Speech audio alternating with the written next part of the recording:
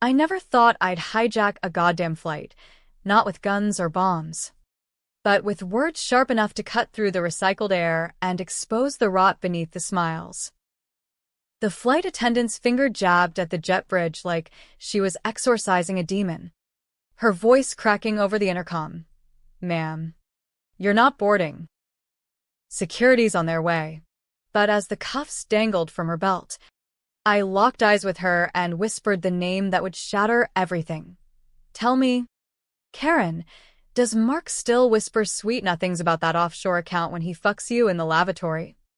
The cabin fell silent, a collective gasp sucking the oxygen dry. Because in that moment, every passenger became an unwitting jury to my 5-year vendetta. I'd taken the fall for his crimes, rotted in a federal pen while he sipped scotch in our old marital home. But today, on this red-eye from LAX to JFK, I wasn't running anymore. I was the storm they'd all pretended not to see coming. My name is Sarah Klein, and the last time I felt truly free was before Mark turned our American dream into a house of cards built on lies and laundered money. It was a Tuesday in July, the kind of sweltering LA afternoon where the smog clings to your skin like regret, and I was 32, fresh off a promotion at the boutique investment firm where we'd both climbed the ladder. Mark and I had met at UCLA, two kids from nowhere suburbs chasing the Silicon Valley glow. But by then we were married, mortgaged to a craftsman in Echo Park, and I thought we'd made it. He was the charmer, the one who closed deals with a wink and a PowerPoint, while I crunched the numbers, the quiet engine keeping us afloat. That morning, he'd kiss me goodbye at the door, his cologne sharp as always, promising Thai takeout when he got back from his client dinner in Vegas. I waved from the porch, watching his Tesla disappear down the palm-lined street, oblivious to the noose tightening around my neck. By noon, my phone buzzed with a text from our boss. "Harlan boardroom. Now." I figured it was about the quarterly reports, maybe a bonus for spotting that glitch in the algo trading software. Instead, the room was ice cold, suits from the SEC flanking Harlan like vultures in Armani. "Sarah," Harlan said, his voice flat as Kansas asphalt, "we've got irregularities. Millions funneled through dummy accounts. Your signatures on the transfers." My stomach dropped faster than a bad stock tip. Those weren't my SIGs, digital forgeries. Sloppy, but convincing if you didn't look too close. Mark had access to my logins, hell. We'd shared everything, from Netflix passwords to dreams of kids someday. But as the feds laid out the evidence, emails from my address to Cayman shells, wire logs timestamped during my yoga classes, I saw the setup for what it was. He'd been skimming for years, patting his ego with high-roller weekends while I balanced the books like a good little wife. They arrested me right there, in front of the interns who'd toasted me at last week's happy hour. Cuffs cold against my wrists, the walk to the cruiser a blur of flashing badges and pitying stares from the lobby ferns. Mark? He was in Vegas. Unreachable, his phone going straight to voicemail when the cops tried. By the time I was processed at the downtown Fed lockup, my lawyer, a public defender with coffee stains on his tie, laid it out: plea bargain or trial. Fight it, Sarah. And it's 20 plus. Take the deal, 8 years. Maybe less with good behavior. Your husband's clean. Says he had no idea. No idea. The words burned like battery acid. I signed the papers that night, alone in a holding cell that smelled of bleach and broken promises. Because fighting meant dragging our families through the mud. My mom in Ohio, scraping by on Social Security, his folks in Florida, the ones who'd footed his law school bills. I told myself it was noble, taking the hit to shield them from his shame. But deep down, It was fear. Fear of the truth. That I'd ignored the late nights, the business trips, the way his eyes slid past mine at dinner. 8 years for fraud. Conspiracy. The works. I pled guilty to crimes I didn't commit. And Mark? He sent flowers to the sentencing. A bouquet of white lilies mocking me from the courtroom table as the judge banged the gavel. Prison was a slow bleed, the kind of hell Dante would have outsourced to Supermax. FCI Dublin. Up in the Bay Area hills, where the fog rolls in like a bad omen and the guards treat you like yesterday's news. I shared a cell with a lifer named Rosa, a former cartel mule who'd smuggled more than regrets across the border. She taught me the ropes, how to spot a snitch, trade commissary for favors, keep your head down when the COs are on a power trip. But at night, when the lights dimmed and the snores echoed off cinderblock walls, I'd replay it all. The day we bought that house, laughing over escutcheons and crown molding, the weekend in Big Sur where he proposed on a cliffside, promising forever. Lies. Everyone. Mark visited once. 3 months in. Dressed in a polo that screamed innocent bystander, he sat across the plexiglass, his face a mask of sorrow. Baby, I'm so sorry. The firm let me go, but I'll fight for you. Get you the best appeals. I pressed my palm to the divider, searching his eyes for the man I'd loved. Why? Mark? Was it the money? Or just me? He leaned in, voice low. It got out of hand. Pressure from Harlan, he pushed me into it. But I swear, Sarah, I'll make it right. Wait for me. Wait for me. As if I had a choice. He left with a promise to wire my commissary. And I never heard from him again. Letters bounced. Calls disconnected. Rosa called him a ghost. The worst kind, the one who haunts without showing his face. Parole came early, on good behavior, after 4 years and change. I walked out of those gates on a crisp October morning in 2023. The California sun mocking my squint, a duffel with my few belongings slung over my shoulder. No one waited, no Mark. No family. Just a Greyhound ticket to LA. And a halfway house in Skid Row that reeked of desperation. I got a job at a coffee shop, slinging lattes to influencers who tipped in crypto apologies, and started digging. Turns out, Mark hadn't just vanished, he'd thrived. New gig at a hedge fund in New York. Fraud whistleblower on his LinkedIn. Married to some perky blonde named Karen who'd stood by him through the scandal. Karen. The name stuck like gum on my shoe. It took months of late-night Googling on the house's ancient desktop, piecing together public records and burner emails to old contacts. Harlan was dead. Heart attack. Official story. But whispers of a falling out with Mark. The firm's assets? Liquidated. Funneled through those same Cayman accounts Mark had pinned on me. And Karen? Not just a wife, a former paralegal at the SEC. The one who'd investigated my case. She'd signed off on the plea, buried the discrepancies. And 6 months later, she and Mark were ringside at a Knicks game, her head on his shoulder in grainy pap shots. Betrayal doesn't hit once, it's a slow poison, seeping into your veins until you're numb.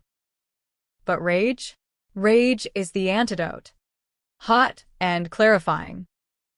I quit the coffee gig, cashed my stimulus checks, and bought a one-way ticket to JFK. Not to kill him, no. That'd be too easy. Too merciful. I wanted him stripped bare. The way he'd left me. His perfect life unraveling thread by thread until he choked on the truth. The journal in my lap now. My confession. My evidence printouts. Timestamps. Affidavits from a crooked accountant who'd flipped for immunity but got scared silent. 5 years of silence. And today, I'd break it. Boarding that United flight at LAX felt like stepping into a coffin. The kind lined with velvet lies. Economy. Row 27. Window seat. The pleather still warm from the previous ghost. I settled in. Journal tucked under my thigh. Heart hammering as the safety demo droned on. That's when Karen appeared. Striding down the aisle in her crisp navy uniform. Name tag glinting under the lights. Flight attendant. Of course. Mark's little promotion. Pulling strings to keep her sky high while I scraped bottom. Her eyes skimmed the cabin. Polite professional mask. until they landed on me. Recognition flickered, then hardened into steel. "Ma'am," she said, voice pitched for the intercom. "I need you to step off the plane. There's been a security concern with your ticket." The guy next to me, a balding sales type with a wedding ring tan line, shifted uncomfortably. Whispers rippled. Drugs? Terrorist? As Karen loomed, her smile a razor. "It's procedure. Come with me." I didn't move. Instead, I unzipped my journal, flipped to the tabbed page with her deposition transcript, the one where she'd perjured herself on Mark's behalf. "Security concern?" I echoed, loud enough for the rows ahead to crane necks. "Like the one you filed 4 years ago. Karen, the anonymous tip that got me locked up for your husband's fraud?" Her face drained of color, but she recovered fast, hissing under her breath, "You're delusional. Get up, or I'll have you removed." Delusional. The word ignited something feral. I stood, not to leave, but to face her. Journal thrust forward like a shield. "Read it." Page 47. Your signature next to the forged wire. "You knew?" "Karen." "You both did." The captain's voice crackled then, polite but firm. "Folks, we're holding for a passenger issue. Please remain seated." Chaos brewed. Phones emerging like weapons. Passengers live tweeting the drama. A mom shielded her kid's eyes. A college kid filmed it all, smirking. Karen grabbed my arm, nails digging in assault. My brain noted, for the lawsuit later, but I yanked free, voice rising. "Ladies and gentlemen, this woman ordered me off because I'm about to expose her and her husband for framing me 8 years in federal for a crime they committed. Mark Klein, the golden boy of Wall Street, he's a thief. And she's his getaway car." Gasps. Then murmurs exploding into shouts. "What the fuck?" from the back. "Call the feds," from a silver-haired exec. Karen's mask cracked, tears welling as she fumbled for her radio. "Security to gate 42, priority." But I wasn't done. I turned to the cabin, channeling every ounce of pent-up fury. I lost my career, my home, my life because they needed a fall guy. And now, they're untouchable, living large while I rebuild from nothing. So no, "Karen." I'm not getting off. This plane's going to New York. And so am I, with or without your blessing. The first security goon arrived then, burly in a polo that strained at the seams. But the tide had turned. Passengers blocked the aisle, a human barricade of morbid curiosity. "Let her stay," yelled the sales guy, surprisingly ballsy. "Yeah." "What kind of airline pulls this shit?" chimed the college kid, still rolling tape. Karen backed away, radio trembling in her hand, as the captain emerged from the cockpit, face thunderous. "What's this about a frame job?" he demanded. eyeing my journal. I handed it over. Pages splayed to the money trail, the one leading straight from Mark's bonus account to our joint mortgage. It's all here. Captain. Call it in if you want. But if you boot me, you're aiding and abetting obstruction of justice. Bluff. Half. The evidence was ironclad. But the rest was theater. The kind America eats up on Dateline. He scanned a page, jaw tightening, then thrust it back. Sit down. Mom. We'll sort this at altitude. Karen shot me a look that could curdle milk, pure venom mixed with fear, before vanishing into the galley. As the doors sealed and we taxied, the cabin buzzed like a hive kicked over. My seatmate introduced himself as Tom, a podcaster from Philly, already pitching a guest spot. This is gold. Sarah. Viral gold. I nodded, numb, adrenaline fading into the what-ifs. What if Mark was waiting at JFK? Tipped off. What if this unraveling took us all down? Innocent bystanders included? But doubt was a luxury I couldn't afford. Revenge wasn't clean, it was a blood sport, and I'd drawn first. We lifted off into the dusk. LA's sprawl shrinking below like the life I'd lost. 4 hours to New York, 4 hours to plot the next move. Karen avoided me, serving drinks with mechanical smiles. But I caught her texting furiously in the jump seat, thumbs flying. Mark. No doubt. Let him sweat. By the time we hit cruising altitude, my story had leaked, framed flight trending on X, clips from Tom's buddy's phone racking views. The world was watching now, and I was done being the silent victim. But as the Rockies scrolled beneath, a new unease settled. Rose's voice echoed from prison lore. Ghosts don't stay buried. Mija. They rise meaner. What if Mark wasn't just scared? What if he was scheming? Flipping the script like always? I cracked my journal again. Flipping to the back, notes on his latest play. A biotech scam Harlan's ghost had seeded. If I was right, New York wasn't the end. It was the trap. Turbulence hit over Denver like God's own tantrum. The plane bucking hard enough to slosh Tom's ginger ale onto his khakis. Jesus. Sarah. You got the skies pissed too, he joked. But his eyes were wide, the thrill of the scoop warring with white-knuckle grip on the tray table. I forced a laugh, the kind that hides the hollow, and glanced aft where Karen huddled with a coworker, their heads bent in urgent conference. Whatever she'd texted Mark, it had lit a fire. Her face was a mask of controlled panic. The perky crew cut wilted at the edges. I'd always prided myself on reading people, a skill honed in boardrooms and bedrooms alike. Mark called it my superpower, back when compliments weren't currency. Karen?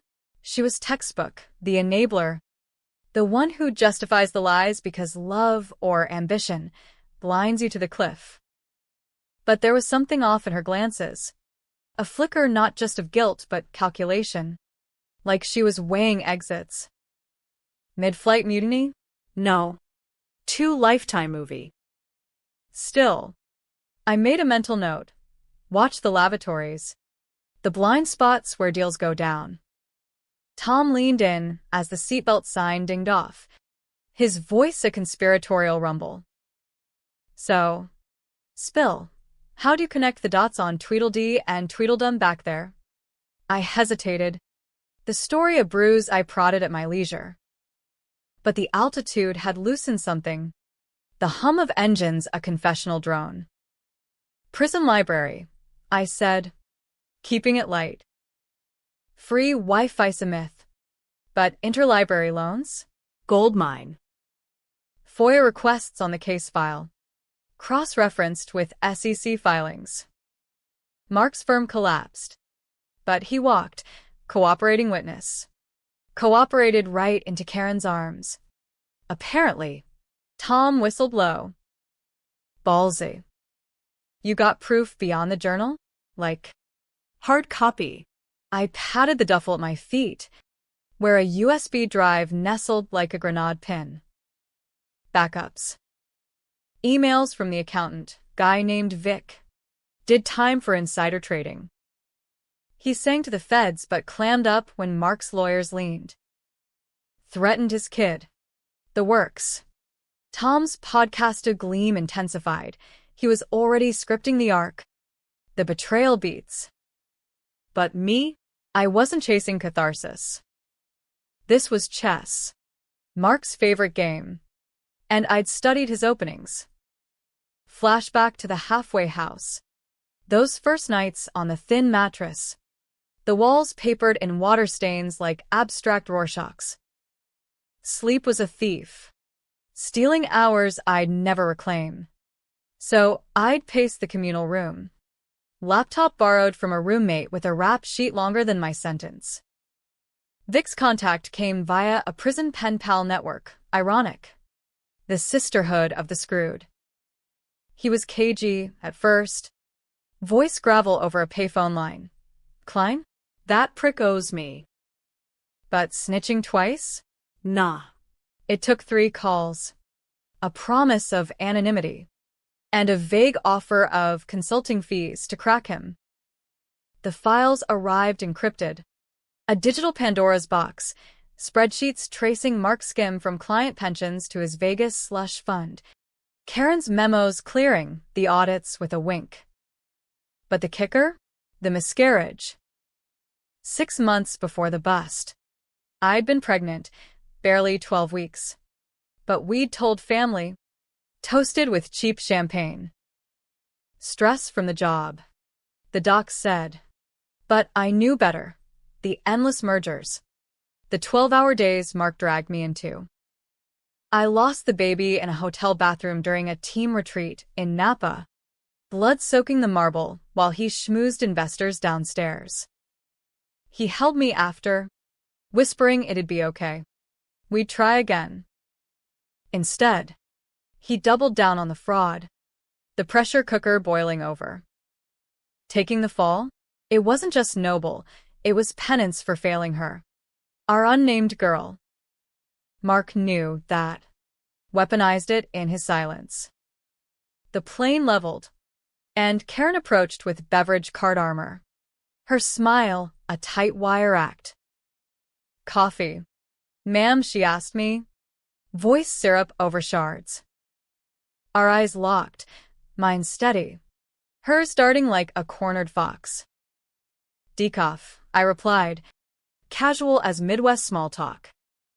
And a side of truth serum for your husband. She flinched, cart rattling, and Tom snorted into his fist. As she poured, I leaned close. Tell Mark the journal's just the appetizer. Main course is waiting at baggage claim. Her hand shook. Coffee sloshing black. And she wheeled away fast, vanishing into coach. Word spread faster than the Wi-Fi signal. By Kansas. The purser, a grizzled vet named Mike with a mustache like a broom, slid into the jump seat across the aisle, nodding at my journal. Heard the scuttlebutt. Ex-con. Huh. My sister's won 2 bad checks. Back in '09. His tone wasn't judgment. It was the blue-collar bridge. The one spanning suspicion to solidarity. What's the play? Kid? You stirring shit for fun? Or you got a Hail Mary? I weighed him, steady eyes. Union pin on his lapel. Ally potential. Hail Mary, I admitted. Mark's at a gala tonight. Biotech launch. Big donors. Press. I'm crashing with evidence that'll tank his keynote. Mike grunted approval, glancing at Karen's galley retreat. Watch your 6. She's been on the horn with ops, claiming you're a threat. Captain's holding off. But ground will be a circus.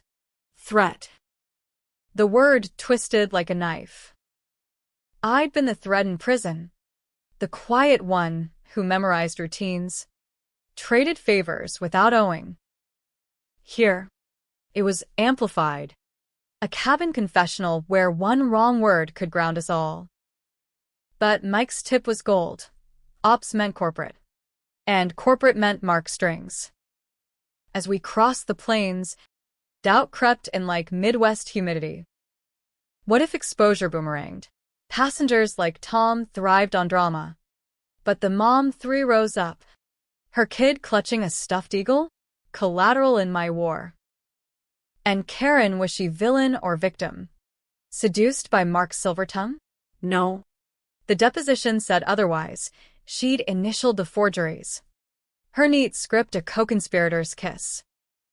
Still, the feminist in me, the one that survived women's lit circles in college, whispered complexity. Betrayal's a web, sticky for everyone. Tom excused himself to the lav, leaving me to the window's black void.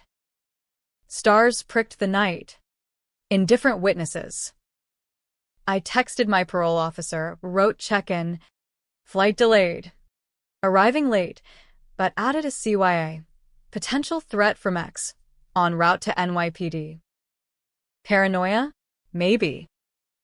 But Mark's flips were legendary, charming victim one day, ruthless closer the next.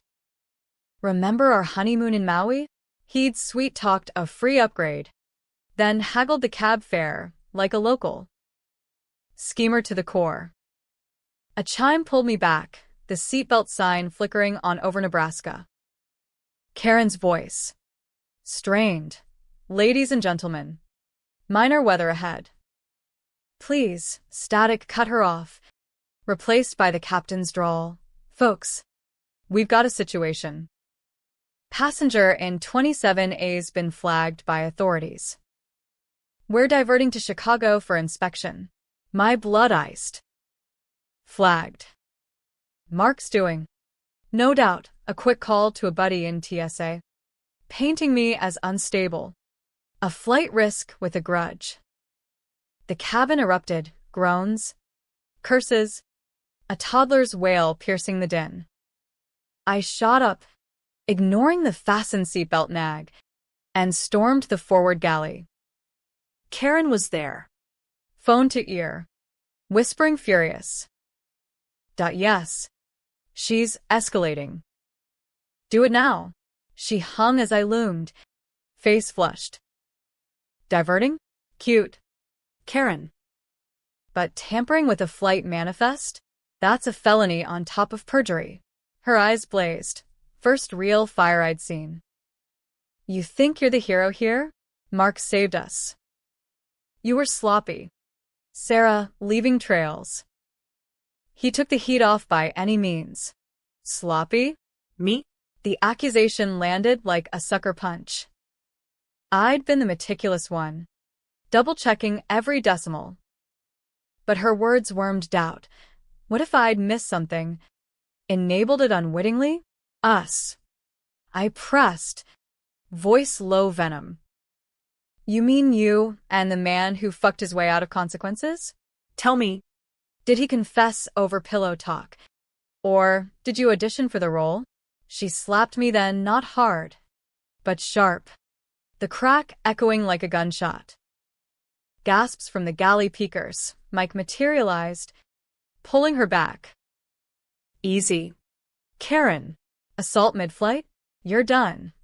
She crumpled, sobbing now, the mask fully shattered.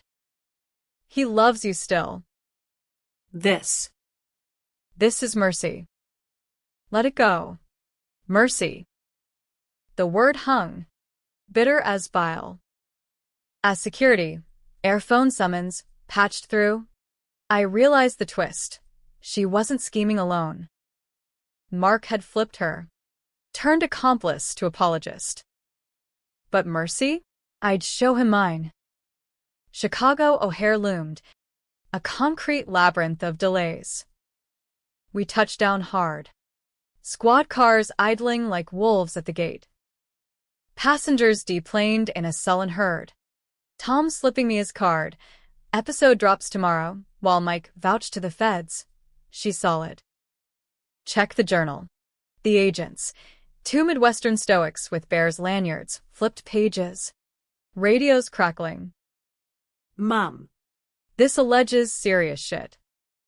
Klein's a person of interest in an open probe. Open probe? My heart stuttered. Vic's files had legs after all. But as they uncuffed me, precautionary, they said, Karen lingered at the jet bridge. Eyes pleading. Sarah. Wait. He's not the monster. Harlan. It was Harlan's idea. Mark protected you.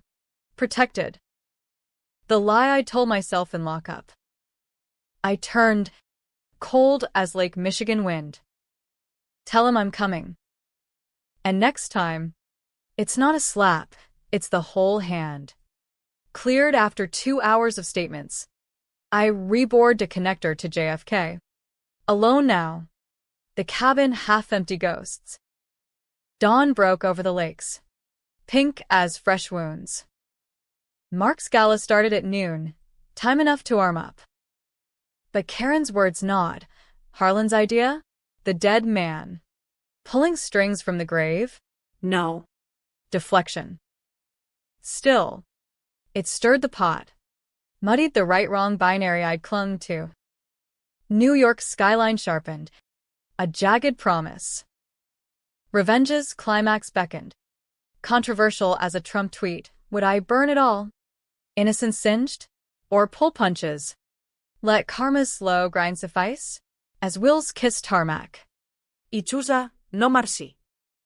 But the real storm? It brewed inside. Where betrayal's scars ran deepest.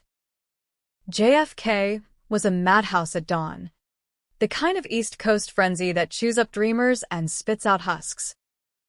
I cleared customs with my parole chit flashing like a scarlet letter. The USB burning a hole in my pocket beside the journal. No time for baggage. Mark's gala was at the Javits Center. A biotech bash for ethical investing, irony thick as Manhattan fog. I hailed a yellow cab. The driver a grizzled Pakistani with a Mets bobblehead. And barked. Javits. Fast. There's 100 in it if you beat traffic. He grinned in the mirror, flooring it onto the van wick. Horns blaring our war cry. The drive was a blur of billboards and bad coffee breath. My mind replaying Karen's slap. Her plea. Protected you. Bullshit. But it cracked the facade. Mark wasn't pure evil. He was the everyman monster. The guy next door who justifies embezzling grandma's nest egg because the system rigged it first. America loved that trope, the flawed anti-hero clawing for the dream. Hell, I'd voted for the politicians who bailed out his kind. Was I avenging? Or just settling a score in a rigged game? Tom's podcast alert pinged my burner, framed on Flight 1092. Exclusive. Views climbing. Comments a Rorschach of outrage and skepticism. Free Sarah or Crazy X. The divide was instant. Readers picking teams like a Super Bowl of schadenfreude. Good. Controversy was jet fuel. By the time we screeched to Javits' curbside, my name trended. Paparazzi vans clotting the drop-off like acne on a teen. The center sprawled like a silver beetle. Glass walls humming with A-listers in bespoke suits. Security eyed me, jeans and hoodie screaming outsider, but the badge on my lanyard, pilfered from a lost and found hack, waved me through. Inside. The expo hall pulsed, holographic displays pitching gene therapies. Champagne flutes clinking amid TED Talk whispers. Mark's keynote loomed on the main stage. A digital clock ticking, 11:45. I spotted him across the floor. Silver Fox now at 38. Schmoozing a cluster of venture vamps in Louboutins. Karen wasn't there, grounded, probably, but her ghost lingered in his easy laugh. The one that once disarmed me. I weaved through booths. A collar popped against the AC chill. USB clutched like contraband. A side door to the green room beckoned. Unguarded hubris. Inside. Mirrors and makeup kits framed a vanity where Mark adjusted his tie. Alone for the moment. Our eyes met in the reflection, his widening in shock, mine narrowing to slits. "Sarah," he breathed, spinning slow, like a man facing his own obituary. "What the hell?" Karen called. "Said you lost it on the plane." "Lost it." I stepped closer. Door clicking shut behind me. The room smelled of his cologne. Same as that Vegas morning. Or found it. The lies. Mark. The accounts. VIX files, I've got them. One upload to WikiLeaks. And your ethical empire crumbles. He paled, but recovered with that flip, charm offensive. Hands open. "Baby, listen." It was survival. Harlan blackmailed me, knew about the skim, threatened to tank us both. I framed you to buy time. Confess later. But then, the baby. I couldn't drag you down further. The baby. He wielded her like a shield, eyes glistening Oscar-worthy. Part of me softened. The old Sarah. The one who'd forgiven his bar fights and broken promises. But rage surged, hot and clarifying. Bullshit. You confessed nothing. Married the investigator. Cashed the checks. Protected yourself. I thrust the USB forward. He didn't take it. Just stared. Calculating. Upload it. Then. Ruin me. But think press. Donors. Our families. Your mom's sick. Sarah. This ends us all. Us all. The threat landed. Controversial calculus. My vengeance a bomb with shrapnel for innocence. Mom's chemo bills. His parents' retirement, collateral in the crossfire. The door rattled, 5 minutes to stage, and he stepped closer, voice dropping to that bedroom timbre. "Walk away. I'll wire you $1 million. Quiet. Start over. For old times. Temptation clawed. The American out. Cash for conscience." But I saw the flip coming. The hidden recorder in his lapel. Twisting my confession into extortion. "No deal," I snarled, yanking the USB back. But here's the twist. "Mark, you're not the only schemer." I pull my phone, hitting send on the pre-drafted email to the SEC tip line. CC to major outlets. Attachments, everything. His face crumpled, not fear, but something raw. Regret? "Sarah. Wait. Harlan's not dead. Staged it. He's the money man, pulling strings from Belize. I was covering for him, to protect you from the fallout." The room spun. Harlan alive? The dead mentor. Puppeteering from shadows? It slotted. The heart attack too tidy. Vic's silence spot offshore. Mark wasn't mastermind. He was middleman. Flipping loyalties to survive. But protection? Or prolongation of the lie? The MC's voice boomed outside. "Ladies and gentlemen. Mark Klein." He lunged for the door. But I blocked. Voice a whip. "Prove it. Coordinates. Accounts now." Or I hit publish. He hesitated. The schemer cornered. Then scribbled on a napkin. Lat long off the Yucatan. A routing number. "Go get him. Leave me out. Mercy? Or another layer. Sending me into Harlan's web? No time to parse." I stepped aside. He bolted. "Ty ask you. mounting the stage to thunderous applause. I slipped out a service exit, heart pounding, napkin clutched like a map to El Dorado, or El Inferno. The climax hit not on stage, but in the cab back to Midtown. Email confirmations pinging, tip received. Investigation launched. Mark's speech streamed live on my phone, his voice steady as he pitched integrity and innovation, but his eyes, darting off script, betrayed the unravel. By noon, alerts exploded. Wall Street whistleblower's wife alleges frame-up. The divide deepened, pundits split, half hailing my grit, half decrying vigilante justice. Hero or homewrecker? One Fox cheer and sneered, MSNBC countered with survivor's reckoning. I checked into a flea bag on 8th, the napkin my new Bible.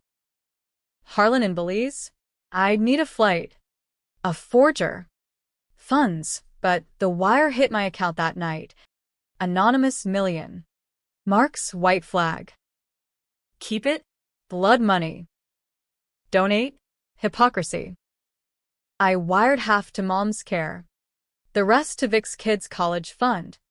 A quiet fuck you to the system. Weeks blurred. Belize was a bust, Harlan's villa empty. But ledgers hidden in a safe cracked by a local fixer I'd bribed with Tom's podcast advance. The real twist?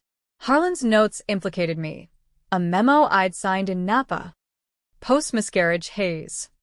Authorizing a test transfer. Sloppy? Complicit? I'd forgotten. Buried it with the grief. Mark hadn't fully framed. He'd amplified my blind spot. Back in LA. By spring. Subpoena in hand. The trial was a circus, Mark testifying for the prosecution. Flipping to reformed. Karen crumbling on the stand. Admitting perjury for love. Harlan. Extradited and broken. Sang like a canary. But the judge's gavel split the baby, me. Probation violation for the flight stunt. Mark. House arrest. Karen. Disbarred and divorced. Justice? Debatable. I walked free, but scarred. Readers still argued online. Sarah versus Mark, a perpetual flame war. Now. A year on, I run a fraud watchdog nonprofit from an Echo Park bungalow, not ours, but mine. Mom's in remission, Vic's kid aced freshman year. Mark, last I heard, flipping burgers in Jersey. Karen ghosted to who knows. A happy ending? Tragic? Depends on your lens. The betrayed wife's triumph. Or the family's needless implosion. Me? I sleep sound. Journal on the nightstand. No ghosts left to bury. But in quiet moments, I wonder if I'd boarded quietly that day. Would the mystery have stayed buried? Or was refusal the only flight worth taking?